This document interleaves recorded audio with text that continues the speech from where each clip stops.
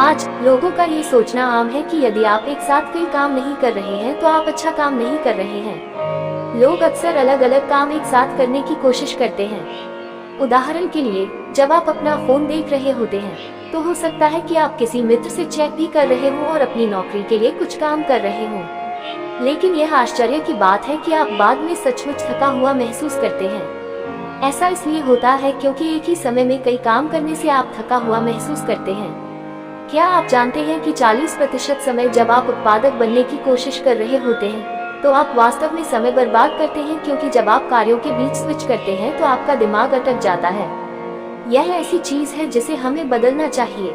इसके बजाय एक समय में केवल एक ही चीज पर ध्यान केंद्रित करने का प्रयास करें। इससे आपको ज्यादा थकान नहीं होगी और आप अपने काम भी बेहतर तरीके से निपटा पाएंगे। अच्छा प्रदर्शन करने के लिए एक चीज पर दृढ़ता से ध्यान केंद्रित करना महत्वपूर्ण है। अध्याय 1, फोकस क्या है, ये कैसे काम करता है। इस अध्याय में हम वास्तव में महत्वपूर्ण चीज के बारे में बात करने जा रहे हैं, फोकस।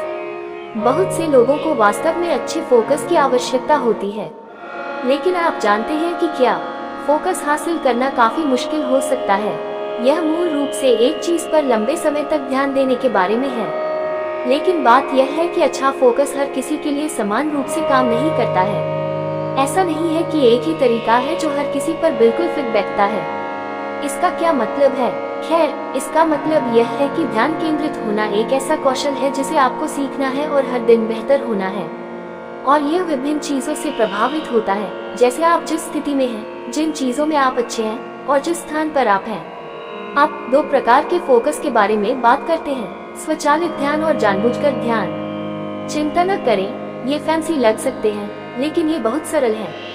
स्वचालित ध्यान फोकस के त्वरित विस्फोट की तरह है।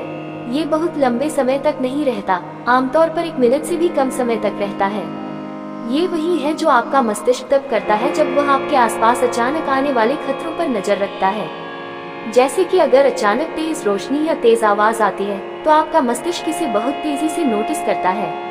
यह आपको ये जानने में भी मदद करता है कि आपका शरीर कब ठीक महसूस नहीं कर रहा है, जैसे कि पेट में दर्द या सिर दर्द। जानबूझकर ध्यान तब होता है जब आप किसी चीज पर ध्यान केंद्रित करने का निर्णय लेते हैं। इस प्रकार का फोकस थोड़ा अधिक समय तक रहता है, लेकिन 10 मिनट से अधिक नहीं। हो सकता है कि यह ज्यादा समय न लगे, लेकिन चिंता न करें, थोड़े अभ्यास और प्रयास से आप इसे लंबे समय तक बना सकते हैं। और जैसा कि आप जानते हैं, इस पुस्तक में लेखक फोकस और ध्यान शब्दों का परस्पर उपयोग करता है। उनका मतलब काफी हद तक एक ही है। इसलिए जैसे जैसे हम आगे बढ़ते हैं, याद रखें कि जब हम फोकस के बारे में बात करते हैं तो हम ध्यान के बारे में भी बात कर रहे होते हैं। अध्याय 2, लक्ष्य निर्धारित करना। बेहतर फोकस के लिए ये क्यों महत्वपूर्ण है और इसे कैसे करें। आप शायद इस पर अपनी आंखें घुमा रहे होंगे। आप सभी लक्ष्य निर्धारण और उसके विभिन्न प्रकारों से परिचित हैं। आप गिनती भूल गए हैं कि आपने कितनी बार स्मार्ट लक्ष्यों और इसकी विविधताओं के बारे में सुना है। लेकिन एक कारण है कि लक्ष्य निर्धारण बेहतर फोकस से जुड़ा हुआ है। ऐसा इसलिए है क्योंकि यदि आप किसी चीज में सफल होना चाहते हैं तो आपको ये जानना होगा कि आप कहाँ होना चाहते हैं। क्या आप अपने फोकस कौशल में सुधार करना चाहते हैं, लेकिन आपके पास कोई लक्ष्य नहीं है? ये कौशल की कितनी बर्बादी होगी। कहने की जरूरत नहीं, आपके पास ठोस परिणाम नहीं होंगे। लक्ष्य निर्धारित करने से आपको स्पष्ट रूप से देखने में मदद मिलती है। आप इस बात से अवगत हो जाएंगे कि आपके ध्यान देने लायक क्या है और क्या नहीं। आप प्राथमिकताएं तय करने में सक्षम होंगे और आपको पता चल जाएगा कि आपके भविष्य को क्या फायदा होगा। स्पष्ट लक्ष्य रखने से भी आपको दृढ़ रहने के लिए प्रेरणा मिल सकती है। जब आप जानते हैं कि आप क्या चाहते हैं तो आप आसानी से हार नहीं मानते। आप जितने अधिक प्रतिबद्ध होंगे उतना बेहतर होगा। आपका प्रदर्शन जितना बेहतर होगा, आपके सफल होने की संभावना उतनी ही अधिक होगी। लेजर शार्प फोकस के लिए लक्ष्य निर्धारित करने के लिए यहाँ 5 चरण दिए गए हैं। सबसे पहले, अपने स्वयं के सार्थक लक्ष्य निर्धारित करें। ये स्पष्ट लगता है ना? लेकिन अधिकांश समय आपके लक्ष्य आपके अपने नहीं होते। हो सकता है कि आपके लक्ष्य आपके माता पिता या शिक्षकों द्वारा निर्धारित हों। जिन लक्ष्यों पर आप काम कर रहे हैं, ऐसा लग सकता है कि वे आप पर थोपे गए हैं। तो इन लक्ष्यों को आपके लिए सार्थक बनाने के लिए आप क्या करते हैं? आप उनका पुनः नामकरण करें। उदाहरण के लिए, आपके माता पिता हमेशा चाहते थे कि आप डॉक्टर बने। ये वो लक्ष्य नहीं है जिसे आपने चुना है, लेकिन फिर भी आप इसका पीछा करते हैं। डॉक्टर बनने का लक्ष्य दोबारा निर्धारित किया जा सकता है। आपके माता पिता चाहते हैं कि आप इसे आगे बढ़ाएं क्योंकि डॉक्टरों को हमेशा नियुक्त किया जाता है। आप आर्थिक रूप से सुरक्षित हो सकते हैं, लेकिन जब से आप बच्चे थे आप हमेशा कुछ रचनात्मक करना चाहते थे। शायद आप बड़े होकर एक चित्रकार या कलाकार बन सकते थे। यदि आप अपने माता पिता की इच्छा के विरुद्ध नहीं जा सकते तो डॉक्टर बनने का लक्ष्य पुनः निर्धारित करें। आप इसे वापस देने के अवसर के रूप में देख सकते हैं। आप उन लोगों की मदद कर सकते हैं जो अस्पताल जाने का खर्च वहन नहीं कर सकते। आप बीमारों को लंबा जीवन जीने में मदद कर सकते हैं। आप डॉक्टर बनने को साध्य प्राप्ति के एक साधन के रूप में भी देख सकते हैं। डॉक्टर बनना आपको आर्थिक रूप से सुरक्षित बना सकता है। चूंकि आपकी आय स्थिर है, आप जीवन में बाद के समय में पेंटिंग कर सकते हैं। देर सवेर आपको अपने रचनात्मक पक्ष का पता लगाने का अवसर मिलेगा। दूसरा, अपने लक्ष्यों को सकारात्मक कथनों के रूप में निर्धारित करें। जो लक्ष्य सकारात्मक होते हैं उनके प्राप्त होने की संभावना सबसे अधिक होती है। उदाहरण के लिए, आपने देखा कि आप अपने फोन पर स्क्रॉल करने में कितने अस्वास्थ्यकर घंटे बिताते हैं। ये कहने का लक्ष्य न रखें कि आप अपने फोन का उपयोग नहीं करेंगे। इसके बजाय कहें कि आप अपने स्क्रीन समय के बारे में स्मार्ट बनकर अपनी उत्पादकता में सुधार करेंगे। क्या आपको न कहने में कठिनाई होती है? यह मत कहिए कि आप चीजों के लिए स्वेच्छा से काम करना बंद कर देंगे। इसके बजाय अपने आप से एक वादा करें कि आप उन परियोजनाओं को प्राथमिकता देंगे जो आपके लिए अधिक महत्वपूर्ण है। तीसरा, महत्वाकांक्षी लक्ष्य निर्धारित करें। एक कहावत है कि आकाश ही सीमा है। चुनौतीपूर्ण लक्ष्य रखने से खुद को पीछे न रखें। यदि आप इसे हासिल कर लेंगे तो निश्चित रूप से आपको गर्व महसूस होगा, लेकिन इससे आपकी आत्म प्रभावकारिता भी बढ़ेगी। आत्म प्रभावकारिता आपका निर्णय है कि आप किसी कार्य को कितनी अच्छी तरह कर सकते हैं। यदि आपकी आत्म प्रभावकारिता उच्च है तो आप चुनौतीपूर्ण लक्ष्य निर्धारित करते रहेंगे। चुनौतीपूर्ण लक्ष्य आपको प्रवाह की स्थिति में ले जाते हैं। इस अवधारणा की शुरुआत प्रसिद्ध मनोवैज्ञानिक मिहाइल सिसिक्सेंटमिहाइल ने की थी। प्रवाह तब होता है जब आप हाथ में लिए गए कार्य में पूरी तरह डूब जाते हैं। आपका फोकस लेजर शार्प है और जब आप कार्य करते हैं तो आप सकारात्मक भावनाएं महसूस करते हैं। इस बीच प्रवाह की विपरीत स्थिति आपको ऊब और चिंतित बनाती है। चौथा, सुनिश्चित करें कि आपके लक्ष्य स्मार्ट हों। आपके लक्ष्य विशिष्ट, मापने योग्य, प्राप्य, यथार्थवादी और समय पर होने चाहिए। यह न केवल आपके लक्ष्यों को स्पष्ट और ठोस बनाता है, बल्कि यह आपके फोकस को भी तेज करता है। विशिष्ट, अपने लक्ष्य के संबंध में 5 W प्रश्नों के उत्तर दें। वे कौन, क्या, कहां, कब और क्यों हैं। उदाहरण के लिए, आप अपने उपन्यास का 50% भाग खत्म करना चाहते हैं। निस्संदेह यह आप ही हैं जो इसे लिख रहे होंगे। आप अपना उपन्यास लिखेंगे। जहां आप इसे लिखेंगे वह या तो घर पर या कार्यालय में है। सप्ताह का हर दूसरा दिन कब होगा। अंततः आप एक उपन्यास लिख रहे हैं क्योंकि यह कुछ ऐसा है जो आप हमेशा से करना चाहते थे। मापने योग्य, आप अपनी प्रगति कैसे मापेंगे। क्या यह उन शब्दों की संख्या है जो आप एक दिन में लिख सकते हैं? क्या यह आपके द्वारा लिखने में बिताए गए घंटों की संख्या है? अपनी प्रगति पर नजर रखना सुनिश्चित करें। यह आपको प्रेरित और संतुष्ट करेगा। प्राप्य, स्वयं का आकलन करने के लिए कुछ समय निकालें। क्या आपके पास अपना लक्ष्य पाने के लिए कौशल, ज्ञान और शिक्षा है? यदि कोई अंतर है तो क्या आप अपने लक्ष्य तक पहुंचने के लिए वह सब करने के लिए प्रतिबद्ध होंगे जो आवश्यक है? वास्तविक, यह मत समझिए कि आपका लक्ष्य कितना आसान और छोटा होगा। अधिकांश नए उद्यमी सोचते हैं कि नौकरी और उनके अतिरिक्त व्यवसाय दोनों को संभालना आसान होगा। उन्हें इस बात का एहसास नहीं था कि यह कितना थका देने वाला होगा।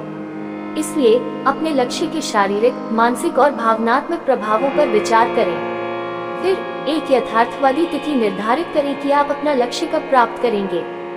सामयिक, दूसरे शब्दों में एक समय सीमा रखें। समय सीमा आपको वास्तव में अपने लक्ष्य से संबंधित कार्य पूरा करने के लिए प्रेरित करती है, लेकिन समय सीमा तय करने से नकारात्मक प्रभाव भी पड़ सकता है। कुछ लोग उस एड्रेनालाइन की प्रतीक्षा करते हैं जो अंतिम समय में किसी लक्ष्य पर काम करने से आता है। इससे बहुत सारा अनावश्यक तनाव पैदा हो सकता है। इसका मतलब ये भी हो सकता है कि आपका आउटपुट जल्दबाजी या औसत दर्जे का होगा। इसलिए जब समय सीमा की बात आती है तो व्यवस्थित दृष्टिकोण अपनाना आदर्श होता है। जाने कि आपकी कार्यशैली क्या है, फिर उसके लिए एक समय सीमा निर्धारित करें। इस तरह डेडलाइन नजदीक आने पर आपको बेवजह तनाव नहीं होगा। 5वां, बड़े लक्ष्य से शुरुआत करें और वहीं से काम करें। आपका अंतिम लक्ष्य क्या है? क्या ये कुछ ऐसा है जिसके बारे में आपको अभी भी संदेह है कि आप इसे हासिल कर पाएंगे? क्या ये डराने वाला लक्ष्य है?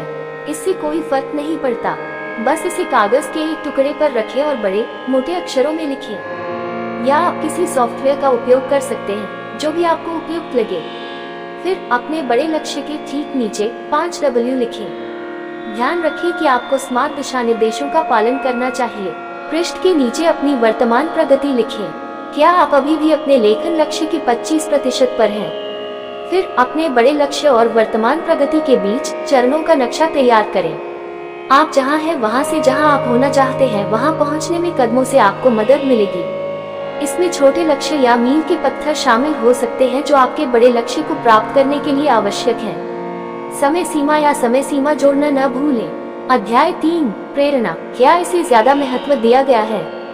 यदि आप ऑनलाइन प्रेरणा खोजते हैं तो आपको ढेर सारे परिणाम मिलेंगे, लेख, प्रेरित रहने की टिप्स, यहाँ तक कि वॉलपेपर भी जिन्हें आप अपने डिवाइस पर पृष्ठभूमि के रूप में उपयोग कर सकते हैं। अक्सर यह माना जाता है कि सफल होने के लिए आपको प्रेरणा की आवश्यकता होती है और बहुत से लोग वास्तव में इस पर विश्वास करते हैं। लेकिन सच्चाई यह है कि केवल प्रेरणा पर निर्भर रहना उतना विश्वसनीय नहीं है जितना लगता है। वास्तव में आप हमेशा प्रेरणा पर निर्भर हुए बिना भी सफलता प्राप्त कर सकते हैं। प्रेरणा पूरी तरह से भावनाओं के बारे में है। यदि कोई आपसे पूछे कि क्या आप कुछ करने के लिए प्रेरित हैं, तो आप संभवतः हाँ कहेंगे। लेकिन क्या होता है जब वो प्रेरणा नहीं होती? प्रेरणा चंचल है, ये जटिल है और दिन ब दिन बदलता रहता है। कभी कभी यह आपके पास होता है, कभी कभी आपके पास नहीं होता। इसलिए प्रेरणा को सफलता के मुख्य मार्ग के रूप में उपयोग करना मुश्किल हो सकता है। कुछ लोग बार बार प्रेरणा का उपयोग करके सफल होने का प्रबंधन करते हैं, लेकिन हर कोई ऐसा नहीं कर पाता और यह ठीक है। आप कैसे बता सकते हैं कि किसी कार्य में आपका संघर्ष प्रेरणा की कमी के कारण है? ठीक है, अगर आपको किसी चीज पर ध्यान केंद्रित करना मुश्किल लगता है क्योंकि आपके पास ऊर्जा की कमी है, आप आलसी, ऊब महसूस करते हैं और परिणामों की परवाह नहीं करते हैं, तो ये प्रेरणा का मुद्दा हो सकता है। लेकिन विचार करने के लिए और भी बहुत कुछ है। प्रेरणा हमेशा सुसंगत नहीं होती। हो सकता है कि आप दिलचस्पी और प्रेरणा महसूस करते हुए कोई कार्य शुरू करें, लेकिन जैसे जैसे समय बीतता है वह भावना खत्म हो सकती है और कार्य बोझिल लगने लग सकता है। तो आप इसके बारे में क्या कर सकते हैं? सबसे पहले ये समझना उपयोगी है कि प्रेरणा कैसे काम करती है। मनोवैज्ञानिक दृष्टिकोण से प्रेरणा 2 स्थानों से आ सकती है, आंतरिक और बाहरी कारक। आंतरिक प्रेरणा आपके भीतर से आती है। यह आपके जुनून से प्रेरित एक गहरी, स्थायी प्रेरणा है। दूसरी ओर बाहरी प्रेरणा बाहरी स्रोतों से आती है, जैसे पुरस्कार, सजा से बचना या अनुमोदन प्राप्त करना। वास्तव में केंद्रित रहने के लिए आपको आंतरिक और बाह्य प्रेरणा दोनों के मिश्रण की आवश्यकता होती है। सही संतुलन ढूंढना महत्वपूर्ण है। लेकिन क्या होगा यदि आप पाते हैं कि आपकी प्रेरणा अधिकतर बाहरी है? केवल बाहरी पुरस्कारों पर निर्भर रहना आदर्श नहीं है। हालांकि प्रशंसा या पुरस्कार पाना अच्छा लगता है, लेकिन यह एहसास बहुत लंबे समय तक नहीं रहता है। समय के साथ आपकी प्रेरणा कम हो सकती है। उदाहरण के लिए, किसी काम को पूरा करने के लिए खुद को इनाम देना शुरू में काम कर सकता है, लेकिन हो सकता है कि यह आपको लंबे समय तक प्रेरित न रखे। तो समाधान क्या है? जब आप अधिकतर बाहरी कारकों से प्रेरित होते हैं, तो उनके पीछे के गहरे कारणों को उजागर करने का प्रयास करें। आइए लेखक के अनुभव से एक उदाहरण लें। विश्वविद्यालय में वापस जोआना अक्सर भूल जाती थी कि वह क्यों पढ़ रही थी। उसका ध्यान परीक्षा उत्तीर्ण करने और असाइनमेंट पर केंद्रित था। विश्वविद्यालय थका देने वाला हो सकता है, भले ही आपके ग्रेड अच्छे हों। तभी उसने खुद को याद दिलाया कि उसने सबसे पहले शुरुआत क्यों की थी। वह दूसरों की मदद करने के लिए डॉक्टर बनना चाहती थी। इस आंतरिक प्रेरणा ने उसे पढ़ाई करने और काम को टालने से रोकने के लिए प्रेरित किया। हालांकि बाहरी प्रेरक सही लग सकते हैं, लेकिन उनके गहरे पहलुओं की खोज करना उचित है। अपनी प्रेरणाओं पर गौर करें और उनके पीछे के आंतरिक कारणों का पता लगाएं। ऐसा करने से आपके पास अपने लक्ष्यों को प्राप्त करने का बेहतर मौका होगा। अध्याय 4, लेजर शार्प फोकस के लिए अपने दिमाग का प्रबंधन। चिंता, उत्तेजना या प्रत्याशा जैसी आपकी भावनाएं आपके ध्यान को बाधित कर सकती हैं। क्या आपने कभी 1 घंटे में परीक्षा आने पर अध्ययन करने का प्रयास किया है? या किसी आगामी तारीख के बारे में सोचते हुए कोई व्याख्यान सुने? भावनाएं प्रबल होती हैं और आपके दिमाग को वहां से भटका सकती है जहां उसे होना चाहिए। लेकिन बात यह है, आप अपनी भावनाओं का उपयोग अपने लाभ के लिए कर सकते हैं। भावनाओं के साथ आप लंबे समय तक फोकस भी बनाए रख सकते हैं। भावनाएं जीवन में जीवंतता जोड़ती हैं। याद रखिए कि कैसे प्यारे जानवरों के वीडियो देखने से तुरंत खुशी मिलती है। ये त्वरित भावना किसी कार्य को पूरा करने में देरी से मिलने वाली संतुष्टि के विपरीत है। इसीलिए टालमटोल इतना आकर्षक हो सकता है। ये तत्काल अच्छा एहसास प्रदान करता है। तो आप इन भावनाओं को कैसे संभालते हैं? सकारात्मक या नकारात्मक भावनाएं ध्यान भटकाने वाली बन सकती हैं। अपनी भावनाओं को बेहतर ढंग से प्रबंधित करने के लिए यहाँ 5 चरण दिए गए हैं। काम और भावना को अलग करें। काम से संबंधित तनाव को कार्यालय में और व्यक्तिगत परेशानियों को घर पर छोड़ दें। किसी नकारात्मक घटना को अपने पूरे दिन पर हावी न होने दें। हालांकि किसी चीज के बारे में खुश होना ठीक है, लेकिन कोशिश करें कि अपनी खुशी के कारणों को कार्यालय या घर से बाहर अपने दिमाग पर हावी न होने दें। जैसे ही आप उन स्थानों का दरवाजा बंद करते हैं, भावनात्मक रूप से आवेशित घटनाओं को पीछे छोड़ने की कल्पना करें। अपना दिमाग साफ करें। काम और घर के बीच स्पष्ट सीमाएं स्थापित करें। भावनात्मक बोझ एक जगह से दूसरी जगह न ले जाएं। चलना, पढ़ना या संगीत सुनना जैसी गतिविधियां आपके दिमाग को साफ करने में मदद कर सकती हैं। लेखिका जोआना को पैदल चलना ताजगी भरा लगता है और हो सकता है कि आपको कुछ ऐसा मिल जाए जो आपके लिए कारगर हो। नींद को प्राथमिकता दें। नींद बहुत जरूरी है। ये तब होता है जब सीखना और स्मृति समेकन होता है। नींद की कमी को कड़ी मेहनत के संकेत के रूप में प्रचारित न करें। नींद की कमी आपको चिड़चिड़ा बना देती है और भावनाओं को प्रबंधित करने की आपकी क्षमता को कम कर देती है। 15-20 मिनट की छोटी झपकी आपको तरोताजा कर सकती है। स्केल डाउन करें। हर चीज को आपकी भावनात्मक ऊर्जा की आवश्यकता नहीं होती है। यदि आप स्वयं को लगातार परेशान या क्रोधित पाते हैं, तो इस पर विचार करें कि वास्तव में आपके लिए क्या मायने रखता है। छोटी छोटी बातों पर जरूरत से ज्यादा प्रतिक्रिया करने से आपकी ऊर्जा खत्म हो जाती है। जो आवश्यक नहीं है उसे हटा दे। उदाहरण के लिए, सोशल मीडिया समय बर्बाद करने वाला और तनाव पैदा करने वाला हो सकता है। भावनात्मक विमोचन। काम से पहले एक भावनात्मक डंप करें। सलाह मांगे बिना दबी हुई भावनाओं को दूर करें। किसी मित्र को ये बताना कि आप समाधान नहीं खोज रहे हैं मदद कर सकता है। वैकल्पिक रूप से अपने विचारों और भावनाओं को व्यक्त करने के लिए एक जर्नल में लिखें। पीछे मत हटो। ये गतिविधि आपके भावनात्मक बोझ को हल्का कर सकती है। भटकते मन के लिए यहाँ 3 फोकस तकनीकें हैं। अपने दिमाग को अव्यवस्थित करें। जिस तरह एक अव्यवस्थित कार्यालय अनुत्पादक होता है, उसी प्रकार अव्यवस्थित दिमाग ध्यान केंद्रित करने में बाधा डालता है। अपने विचारों को व्यवस्थित करके अपने मन को शुद्ध करें। स्टिकी नोट्स या नोटबुक का उपयोग करें। उन विचारों को लिखने के लिए एक नोटबुक अपने पास रखें जो आपको कार्यों से विचलित करते हैं। इससे आपको बिना ध्यान खोए विचार को स्वीकार करने में मदद मिलती है। पहचानें, स्वीकार करें। जाने दें। जब आपका मन भटक जाए तो महसूस करें कि यह हो रहा है। अपने आप से कहें, मैं उस विचार से विचलित हो रहा हूँ। फिर अपने आप को कार्य पर फिर से ध्यान केंद्रित करने की याद दिलाएं। इस संक्रमण का संकेत देने के लिए एक शारीरिक क्रिया विकसित करें, जैसे अपनी कलाई को धीरे से दबाना या अपनी नाक को छूना।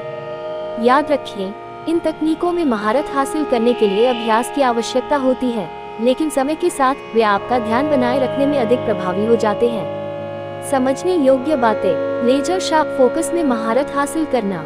इस पूरी यात्रा के दौरान आपने उन प्रमुख तत्वों के बारे में गहराई से जानकारी प्राप्त की है जो लेजर तीव्र फोकस प्राप्त करने में योगदान करते हैं। ये केवल एक कठोर कार्यक्रम का पालन करने या केवल प्रेरणा पर निर्भर रहने से कहीं अधिक है।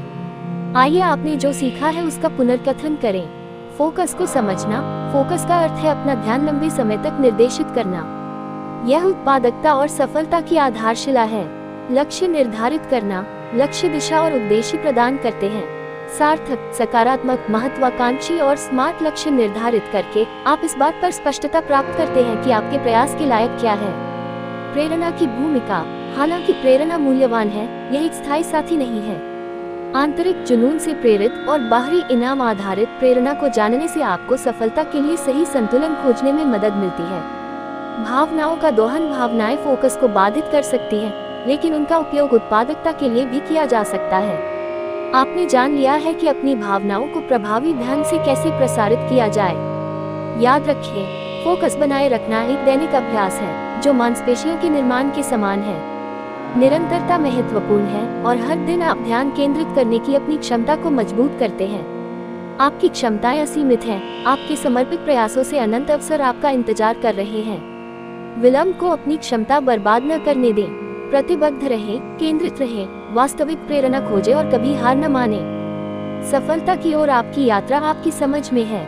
तो नमस्कार दोस्तों, तो सुनते रहे ये हमारी ऑडियो बुक समरी, और हाँ, आपके मन में कोई सवाल है तो कमेंट में शामिल करने की कोशिश करें। धन्यवाद। जय हिंद।